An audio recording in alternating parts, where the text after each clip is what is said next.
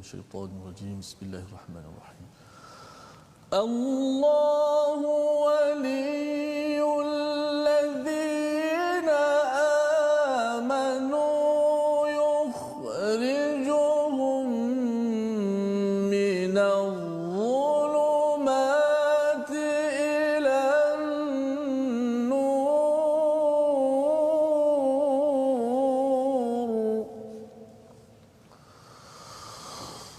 والذين كفروا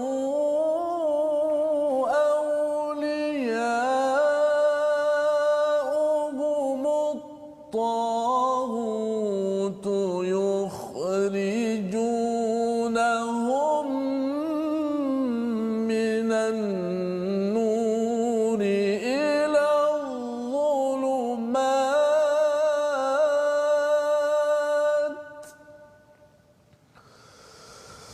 أولئك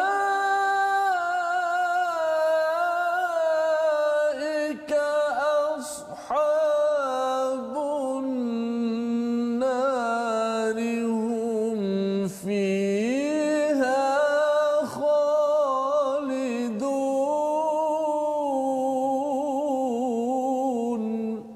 صدق الله. Ada berita sedih yang melanda kepada dunia yang perlu kita faham dalam ayat ini. Ikuti My Quran Time episod kali ini.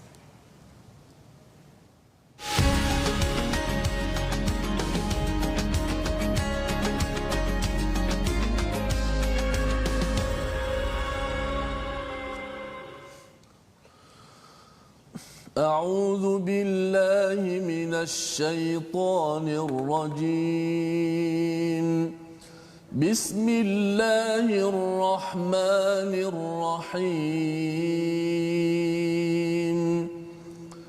الحمد لله رب العالمين الرحمن الرحيم مالك يوم الدين إياك نعبد وإياك نستعين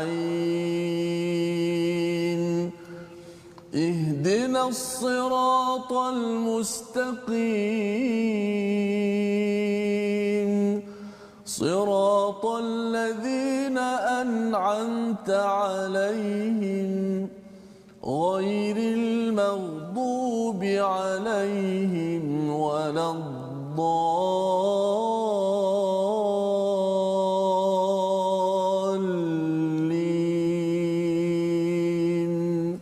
آمين. Amin ya rabbal alamin. Assalamualaikum warahmatullahi wabarakatuh. Alhamdulillah wassalatu wassalamu ala Rasulillah wa ala alihi wa man walah. Syada la ilaha illallah, syada Muhammadan abduhu wa rasuluh. Allahumma salli ala sayidina Muhammad wa ala alihi wa sahbihi ajma'in. Amma ba'du. Apa khabar tuan-tuan dan puan yang mati Allah sekalian? Saya mendoakan pada tuan-tuan yang berada di rumah bersama adik-adik yang berada di depan kaca TV, tuan-tuan yang berada di pejabat, berada dalam keadaan yang penuh tabah dalam kegawatan apa sahaja yang berlaku dalam dunia ini. Kita menerima berita tentang satu letupan di Beirut yang memberi berita sedih kepada kita sebagai seorang insan. Apatah lagi kita ingin agar keimanan ini tersebar di seluruh dunia dan kerosakan terpelihara. Inilah yang kita inginkan, yang kita doakan pada hari ini, dan insya-Allah pada hari ini kita akan meneruskan.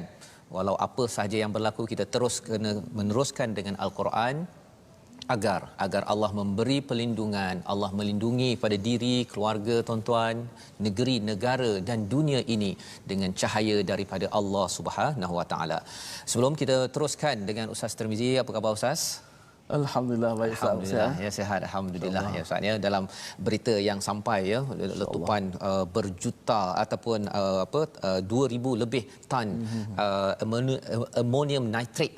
Itu istilah yang saya belajar dahulu masa di US dahulu, meletup di Beirut ya. Berita ini amat mengejutkan ya kepada dunia, dan belum lagi dikenal pasti siapa, tetapi sudah pastinya kita nak melihat muka surat 43 ini sebagai satu ubat kepada jiwa kita yang sedih dengan apa yang berlaku. Moga-moga ayat dalam muka surat 43 ini akan memberi pencerahan lagi tentang siapa Allah dan apa yang perlu kita laksanakan. Sinopsis bagi halaman 43 pada hari ini bermula dengan ayat 257.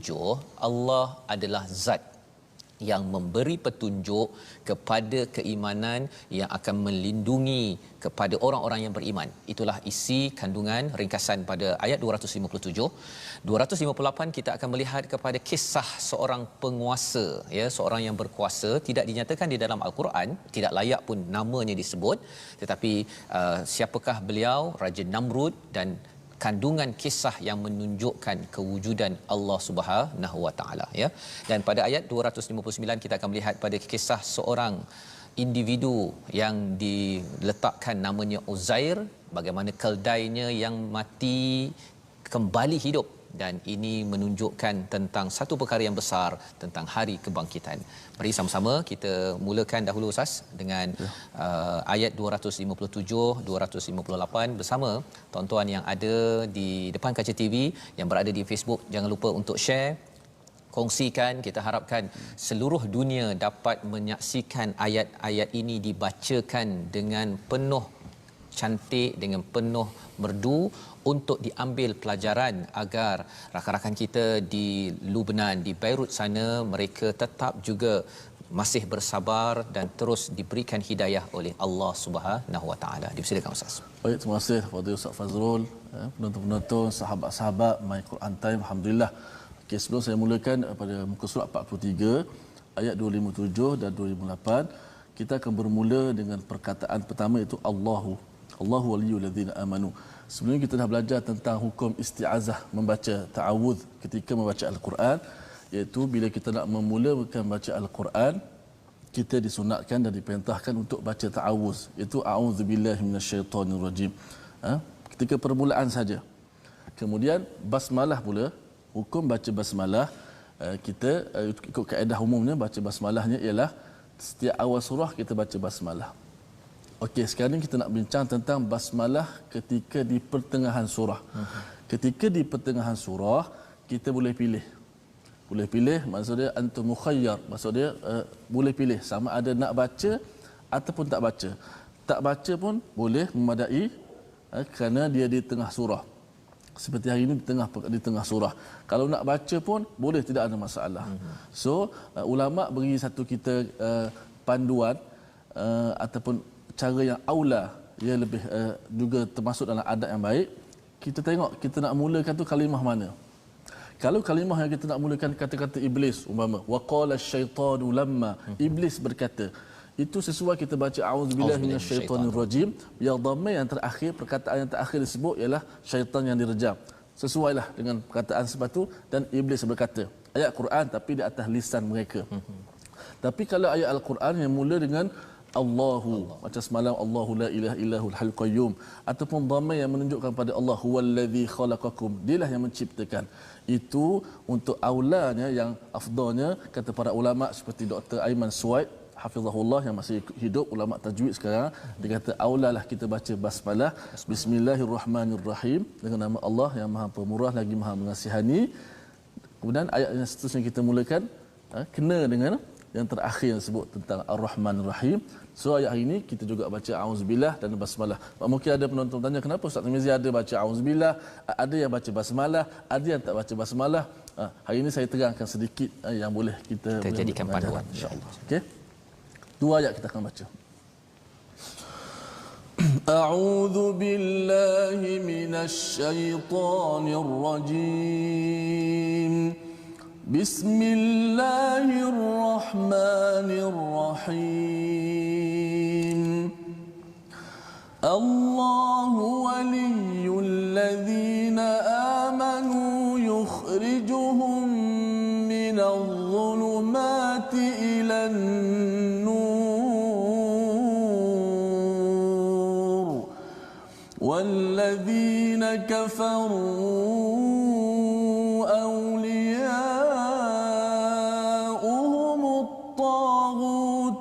يخرجونهم من النور إلى الظلمات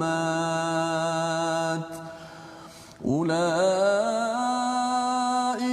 أصحاب النار هم فيها خالدون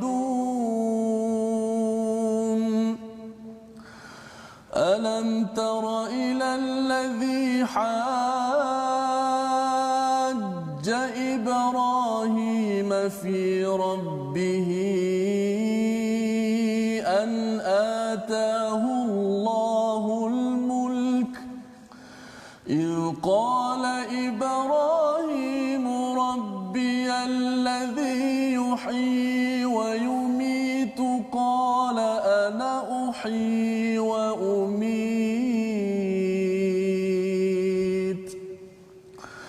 قال إبراهيم فإن الله يأتي بالشمس من المشرق فأت بها من المغرب فبهت الذي كفر والله لا يهدي القوم الظالمين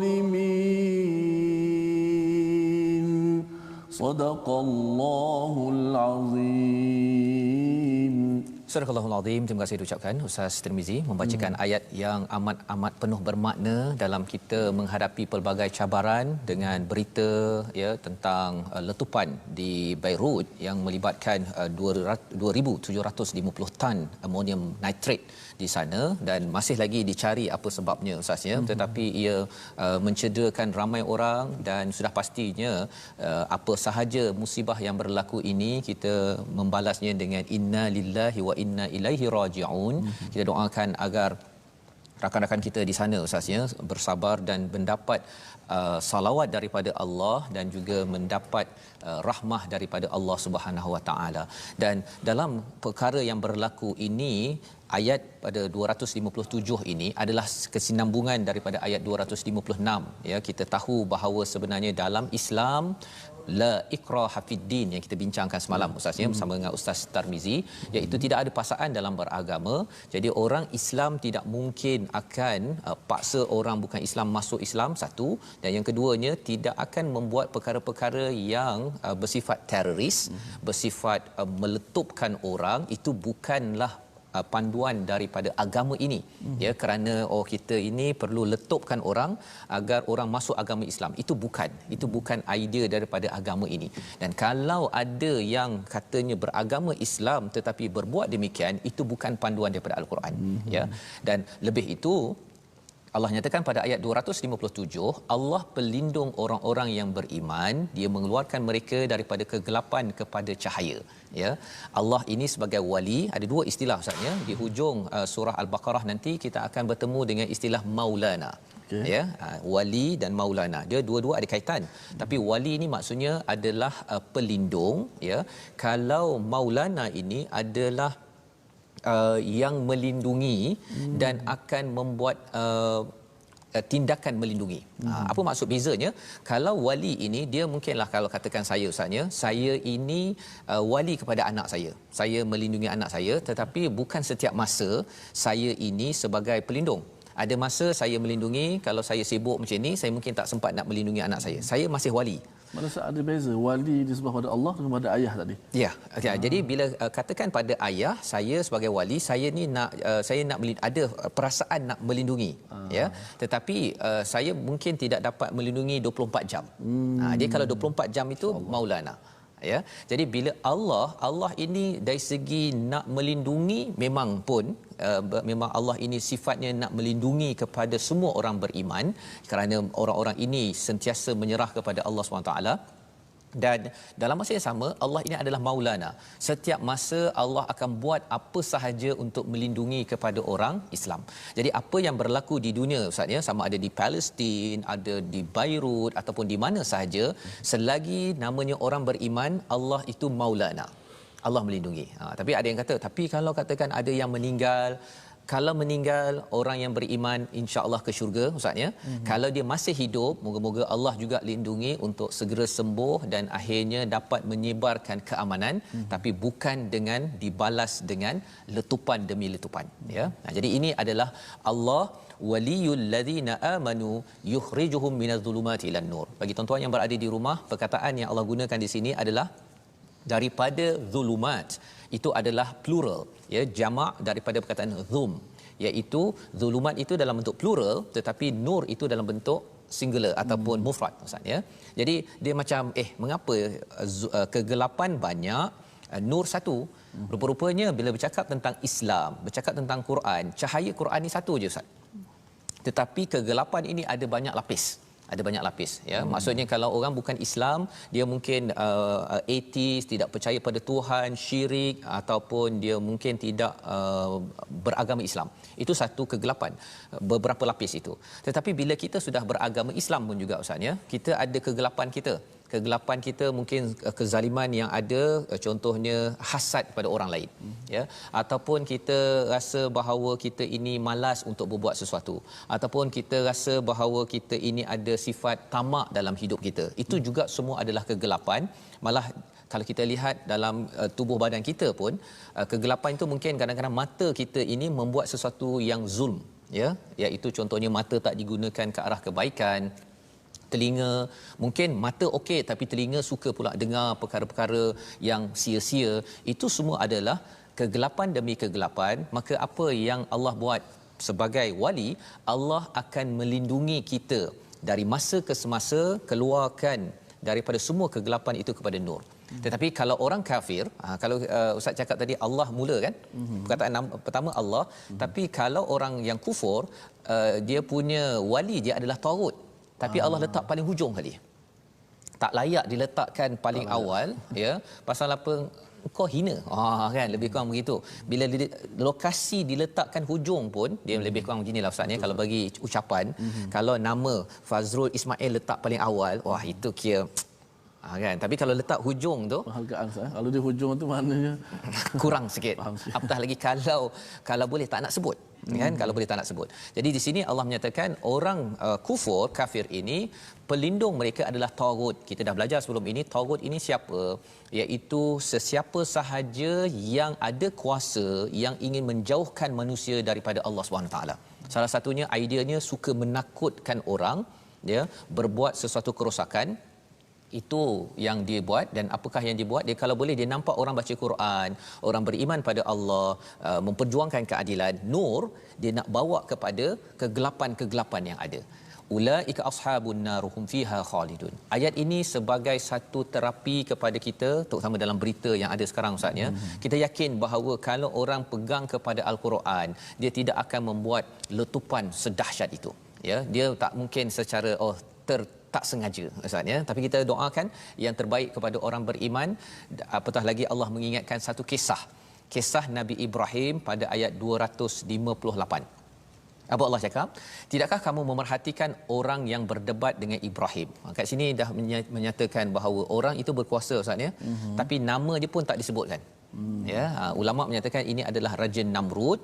Kaedah dalam al-Quran ni kalau nama itu tidak diucapkan, maksudnya kaedah itu ataupun karakter itu mungkin akan berulang lagi selepas ini.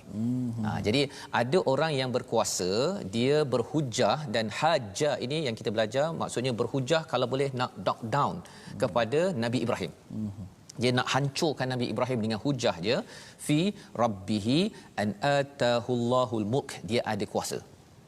Kuasa ini adalah satu perkara kalau sampai tangan orang beriman dia amat bagus, tapi kalau sampai tangan orang tidak beriman ustaz, dia akan menghancurkan orang-orang di sekitarnya ya. Itu sebabnya bila peristiwa ini berlaku, kita tahu ini adalah berlaku di tangan orang yang berkuasa ya. Berkuasa tu tak semestinya pemimpin paling tinggi negara.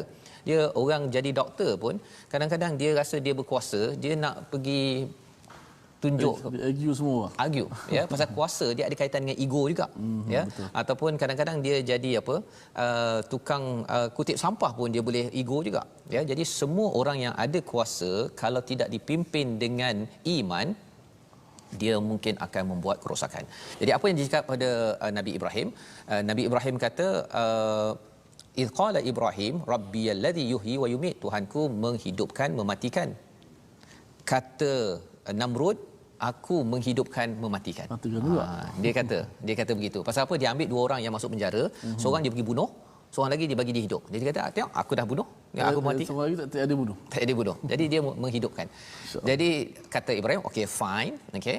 Nabi Ibrahim kata fa innallah, ya, sesungguhnya Allah ini mendatangkan matahari, ya, kalau kita tengok di sini Allah menerbitkan matahari dari timur, maka terbitkanlah ia dari barat. Dia sebut minta pada Namrud, okey, tak payah nak pergi cipta matahari, terbitkan daripada barat saja.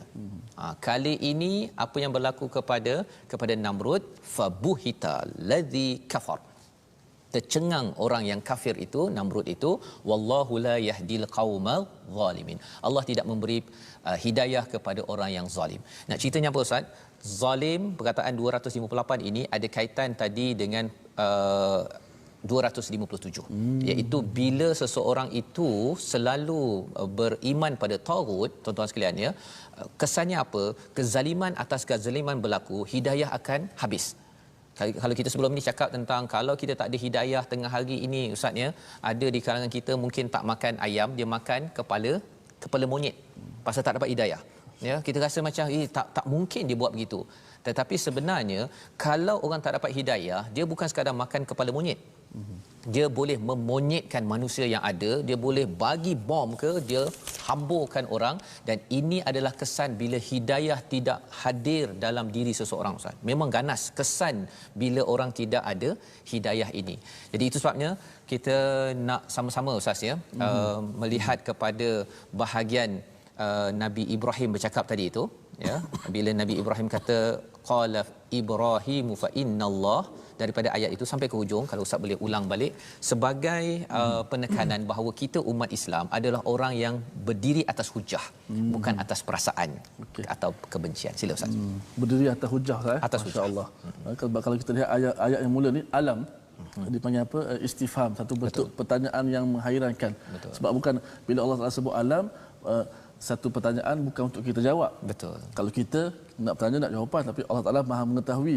Hairan sebab mereka ni bahas tanpa ilmu. Betul. Dengan Nabi Ibrahim. Dan sebenarnya kisah ini bila dia dah tanya itu, lepas tu Nabi Ibrahim kena baling dalam api, Ustaz. Pasal Nabi Ibrahim ada hujah. Orang ni tak ada hujah. Okey, fine. Campak dalam api. Main kasar selalu. Jadi sila Ustaz. Okey, kita baca 258. Auzubillahi minasyaitanir rajim. ألم تر إلى الذي حاج إبراهيم في ربه أن آتاه الله الملك إذ قال إبراهيم ربي الذي يحيي ويميت قال أنا أحيي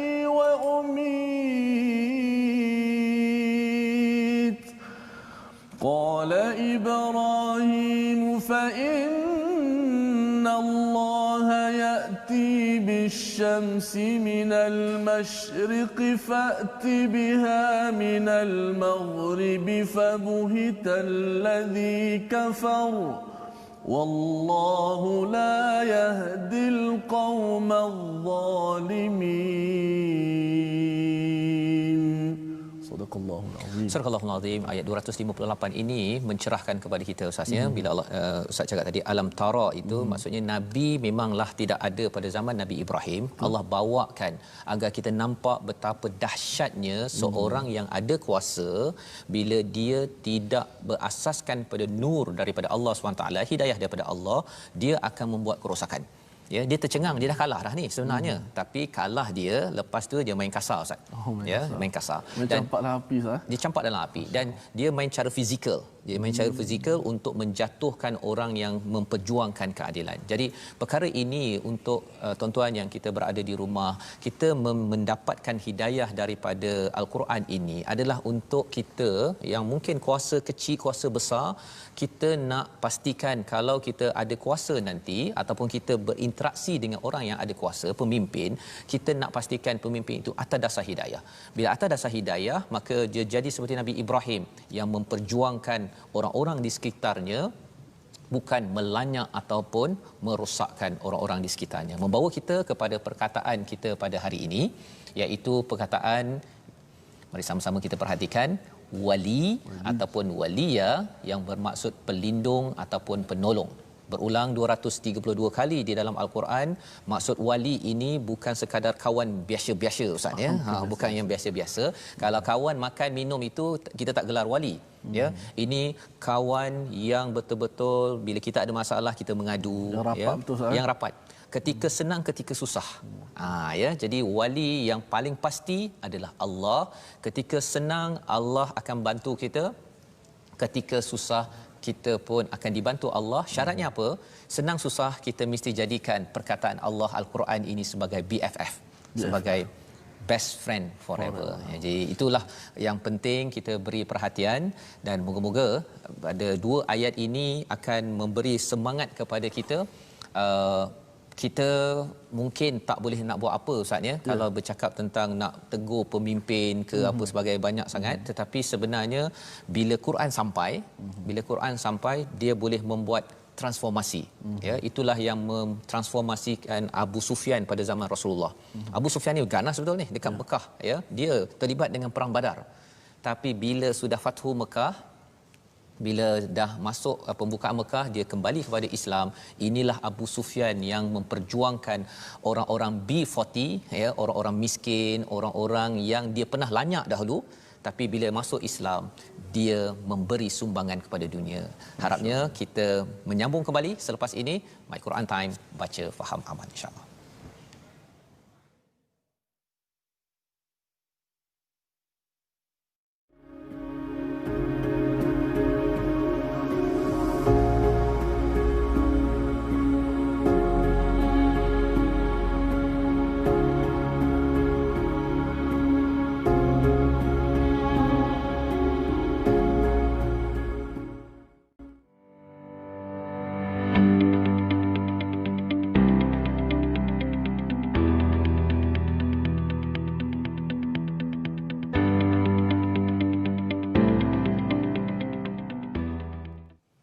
Kembali kita dalam My Quran Time, baca faham amal. Pada hari ini kita sama-sama ya melihat kepada ayat 257 258 sebentar tadi tuan-tuan sekalian, dan ayat 259 yang ada ini kita akan baca setengah muka surat, ada kaitan juga dalam peristiwa yang berlaku sekarang di Beirut. Mari sama-sama kita saksikan.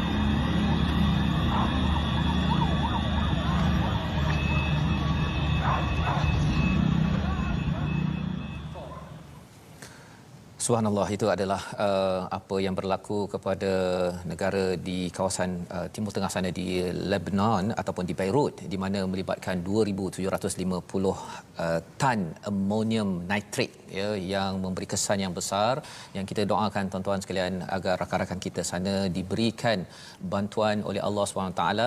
Dan bila kita melihat perkara sebentar tadi itu, runtuhnya bangunan-bangunan yang ada ya, dia akan melibatkan banyak kesan-kesan sampingan pada orang di sana.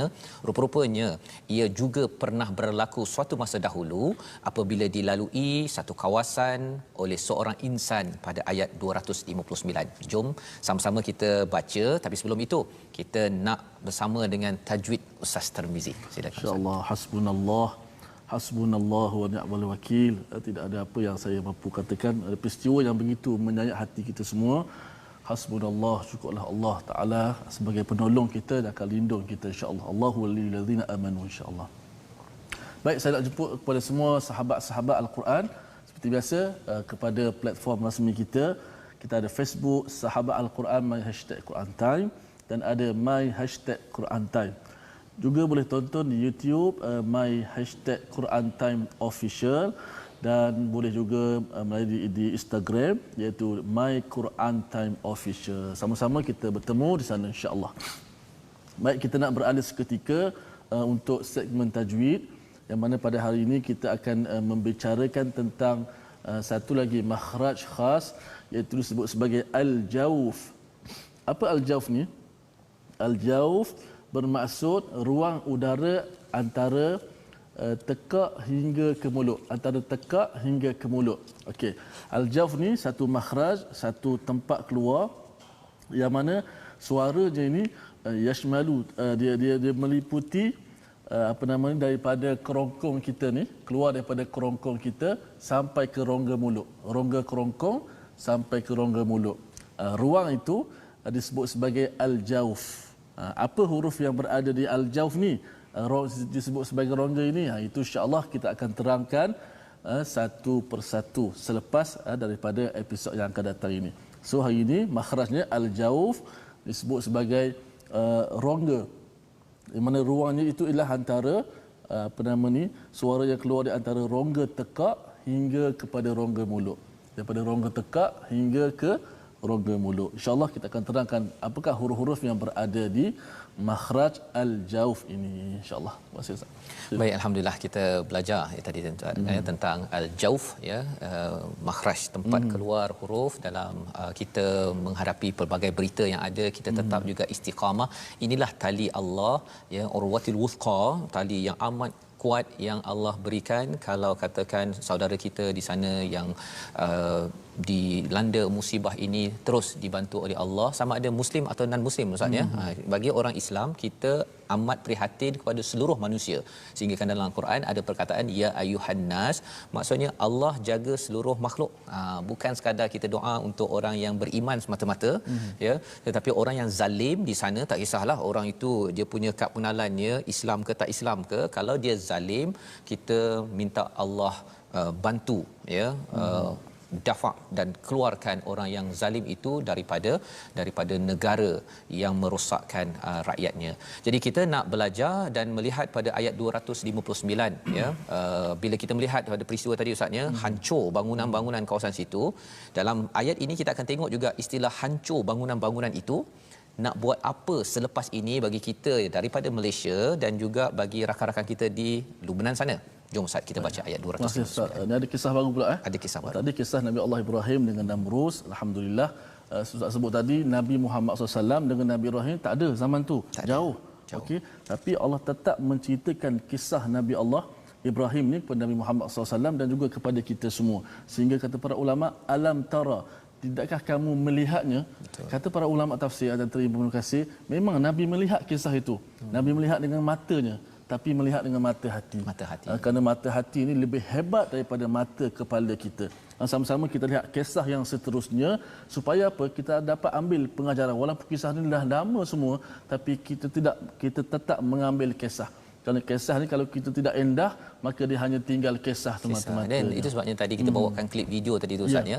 Sebenarnya kita tak berada di sana, tapi kita dinampakkan ya, kita dinampakkan agar kita lihat bahawa kalau kezaliman bukan atas dasar hidayah memimpin, rosak Ustaz. Rosak, dan kita nak sama-sama ambil pelajaran. Baik, sama-sama kita melihat kisah seterusnya. Daripada satu ayat saja, ayat 259. Insya-Allah sama-sama kita membacanya. أعوذ بالله من الشيطان الرجيم بسم الله الرحمن الرحيم أو كالذي مر على قرية وهي خاوية على عروشها قال أنى يحيي هذه الله بعد موتها فأماته الله 100 عام ثم بعثه قال كم لبثت قال لبثت يوما أو بعض يوم قال بل لبثت 100 عام فانظر إلى طعامك وشرابك لم يتسنه وانظر إلى حمارك ولنجعلك آية للناس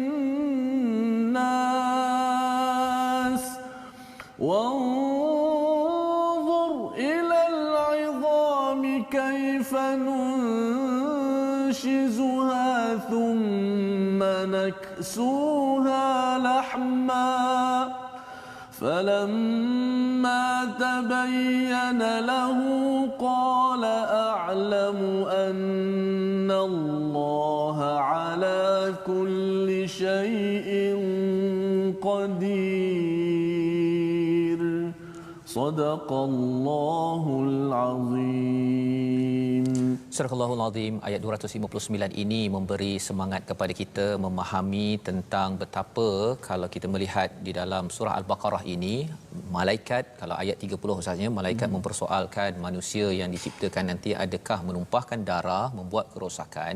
Kita harap kitalah orang yang membaca Al-Quran yang tidak akan membuat kerosakan dan menumpahkan darah, kerana menumpahkan darah ini adalah lambang kepada orang yang jauh daripada hidayah, ya. Dan bagi orang Islam kalau perlu berperang, ya, kalau perlu berperang pun sebenarnya itu untuk melindungi diri, bukan untuk, tak boleh Ustaz ya, nak merosakkan bangunan, merosakkan pokok wanita ke ataupun orang yang sedang berada di rumah ibadah, tak boleh. Ya, ada disiplin yang amat ketat. Malah sebenarnya pagi tadi saya berborak dengan seorang kor angkatan tentera, ya. Sebenarnya salah satu daripada perspektif Quran ini bukan suruh pergi berperang, tapi kalau boleh tentera menjaga negeri ini daripada berperang. Bukan nak bersedia pergi perang, agar jaga agar orang jangan berperang. Itu adalah satu kejayaan bagi kumpulan ataupun angkatan tentera apabila mengadakan ataupun menjadikan Al-Quran sebagai panduan. Jadi dalam ayat ini bercerita tentang seorang insan, ya. Salah satu pendapat menyatakan ini adalah Uzair, ya. Dia berjalan melalui sebuah negeri yang telah roboh hingga menutupi atap-atapnya. Istilahnya khawiyatun ala urushiha. Maksudnya dia punya atapnya itu dah terlampau lama ditinggalkan, dah rosak sampaikan dah habis, Ustaz. Dan kalau kita tengok dalam klip sebentar tadi itu, dia dah roboh semua, hancur, Ustaz, hancur. Ya, jadi individu ini, Uzair ini, dia kata anna yuhyi hadhihi llahi ba'da mautiha. Ya, macam mana Allah menghidupkan balik selepas matinya? Bila hancur ni boleh ke Allah naikkan balik? Jadi bagi kita tuan-tuan yang melihat pada peristiwa di Lubnan itu, bolehkah, ya? Maka apa yang Allah jawab pada individu ini, fa amatahullahu 100 amin thumma ba'athah. Allah matikan Uzair ini 100 tahun Ustaz. Kemudian dia dibangkitkan, bukan dihidupkan, dibangkitkan, ya. Ba'athah itu maksudnya dibangkitkan. Maksudnya apa? Maksudnya dia bukan, kalau lahir kan daripada baby lagi kan. Maksudnya yang Uzair itu jadi baby baru dia membesar balik, tak. Dia dibangkitkan semula. Jadi bila dia tengok dia macam biasa, ditanyakan pada dia, kam labith, berapa lama kamu dah tidur? Kata dia mungkin 1 hari ataupun kurang, ya, atau ba'da yaum. Kata Allah SWT, qala bal labithta 100 aman, ya, kamu dah tidur 100 hari. Cuba tengok kepada makanan dan minuman yang ada itu, lam yatasannah, tidak berubah. Jadi nak ceritanya makanan ini macam tak berubah. Betul lah dia cakap kurang 1 hari itu pasal makanan tak basi, Ustaz. Kalau kita ada susu kan, kalau kita letak 1 hari pun dekat luar, bukan dalam peti ais, hancur kan, jadi berketul tu kan. Jadi dia tengok itu betul, tetapi wanzur ila himarika, dia tengok kepada himar kamu, walinaj'alaka ayatan linnas, dia tengok pada himar dia itu dah hancur ya, tulang-tulangnya dah habis hancur. Wanzur ilal idhami kaifa nunshizuha, tulang yang dah hancur itu ya, kaifa nunshizuha, kami menyusunnya balik. Nunshizuha daripada perkataan nusyus, ustaz. Nusyus kan kalau dalam surah An-Nisa cerita pasal kalau isteri yang derhaka, dia tengah ni kan, itu namanya nusyus. Jadi bila nunshizuha maksudnya sini dia dalam keadaan kacau-kacau tu, kemudian Allah cantumkan balik, thumma naksuha lahma, letak daging balik semula, jadi himar hidup balik semula ya. Jadi bila berlaku perkara ini mengejutkan kepada Uzair, falamma tabayyana lahu qala a'lamu anna Allah ala kulli syai'in qadir ya. Apa kesimpulan daripada Allah SWT, maka ketika telah jelas baginya, dia pun berkata, aku mengetahui bahawa Allah Maha berkuasa atas segala sesuatu. Jadi dia persoalkan, bolehkah bandar yang hancur tadi itu bangun kembali ya. Kalau katakan kita melihat pada sejarah Nagasaki, Hiroshima ustaz ya, sebenarnya Allah boleh bagi izin untuk bangkit kembali ya. Itu satu, tapi lebih daripada itu, bangkit ini, ba'athah ini, adakah hanya di dunia? Itu satu ya, kita doakan pada rakan kita di Lubnan sana bangkit balik dengan pertolongan Allah, tapi lebih penting daripada situ, kita akan bangkit balik di akhirat nanti, di hari bi'athah, di hari kebangkitan. Pada waktu itu adakah kita sudah bersedia? Jadi kalau orang yang beriman, dia bersedia untuk bangkit balik, rindu pun nak bertemu Allah SWT, walaupun di atas dunia ini sahabat kita di Lubnan dalam keadaan yang amat duka lara ustaz ya, tetapi iman tetap perlu dipegang. Dan bagi kita yang berada boleh membaca Al-Quran ini, kita kena pegang betul-betul, kena pastikan orang-orang yang berkuasa, tuan-tuan yang berkuasa jadi pemimpin dalam rumah, luar rumah ya, tidak jadi seperti Namrud tadi ustaz ya, pada ayat 258 ya, di mana Namrud ini dia berhujah nak menyatakan saya ni hebat, dan bila dia dah kalah, dia pergi serang orang yang betul ya. Dan itu bukan kaedah orang-orang yang beriman. Orang beriman macam Nabi Ibrahim, bila dia berhujah kalah, lepas tu dia terus lagi bercakap lagi, terus lagi bergantung kepada siapa? Kepada Allah. Kerana bercakap tentang wali tadi ustaz ya, Allah mengeluarkan daripada kegelapan pada nur. Nur Allah ni tak macam nur kita, cahaya lampu ataupun TV tuan-tuan ya. Kalau katakan saya ada ni, ini pointer ustaz ya, pointer dia ada, saya letak kertas kat sini. Kalau saya tekan pointer infrared ni, ada cahaya. Ada cahaya, tak tahulah keluar ke kat TV. Lampu okay. cahaya. Lampu ada cahaya ya, warna merah ni. Tetapi kalau cahaya ini dekat kertas nampak? Nampak ya, ada gerak-gerak ni. Okey, nampak ke? Okey. Tapi kalau saya letak cahaya ini dekat TV kat belakang ni, ya, tak nampak ustaz. Ya. Cahaya ni tak nampak. Pasal apa? Cahaya infrared ini dia tak power, tak kuat macam cahaya dekat belakang. Dan kalau dalam hidup kita ini, kita ada cahaya ilmu kita, kita belajar, ada ijazah master, PhD, kita rasa kita dah ada cahaya. Tetapi bila kita baca Quran, cahaya daripada Al-Quran ini dia akan makan kepada segala idea-idea kita yang tak semestinya terbukti benar, yang perlu pimpinan daripada Allah Subhanahu Wa Taala. Jadi tuan-tuan puan-puan dimati Allah sekalian, harapnya dengan kita membaca daripada halaman 43 ini, sambungan daripada halaman 42 ada ayat kursi ustaz ya. Allah la ilaha illa huwal hayyul qayyum, Allah Maha menghidupkan. Allah bawakan bukti pada kisah Nabi Ibrahim, Allah Maha menghidupkan, Allah Maha meneguhkan, menjaga. Pada peristiwa Uzair, Allah boleh menghidupkan dan Allah boleh establish, meninggikan, membina semula kita di dunia ini ya. Bandar Lubnan Allah boleh bantu insya-Allah, dan lebih daripada itu Allah boleh bina balik kita di akhirat nanti. Yang pentingnya apa? Bila Allah bawakan kisah ini nanti pada hari esok Ustaz, kita akan sambung lagi kisah Nabi Ibrahim. Allah nak bawakan apa ni? Bila kita yakin Allah ini Maha menghidupkan, kita tak bimbang kita ini dibunuh ataupun diserang oleh sesiapa. Kesan pada Nabi Ibrahim, kesan kepada Nabi Muhammad, kesan kepada kita ialah apa? Kita yakin bahawa saya mesti bersemangat dalam hidup memperjuangkan keadilan. ya, saya perlu berjuang betul-betul, jangan bimbang pasal tak ada rezeki, nanti ada orang yang akan kutuk saya, bunuh saya apa sebagainya. Nabi-nabi tidak rasa begitu. Pasal apa? Pasal yang betul-betul menghidupkan adalah Allah Subhanahu Wa Taala. Moga-moga ini membawa kita kepada resolusi kita pada hari ini, ya. Mari sama-sama kita perhatikan. Iaitu yang pertama, jadikan Allah sebagai perisai pelindung agar bebas daripada tipu daya syaitan, dan kita yakin bahawa kita ada pelbagai kegelapan dalam hidup, kita kena iktiraf, tapi selalu mohon pada Allah. Buntu, kabur, terus minta daripada Allah, jangan minta daripada taghut. Yang pertama. Yang kedua, jauhi kezaliman kerana ia akan menghalang hidayah. Ya, jangan buat kezaliman, jangan buat dosa, dah tahu kita taubat cepat-cepat, dan orang berkuasa jangan pertahankan kuasa untuk meneruskan kezaliman. Kerana apa? Kerana itu menghalang hidayah, dia akan merosakkan negeri dan negara ini. Dan yang ketiganya, banyakkan berfikir.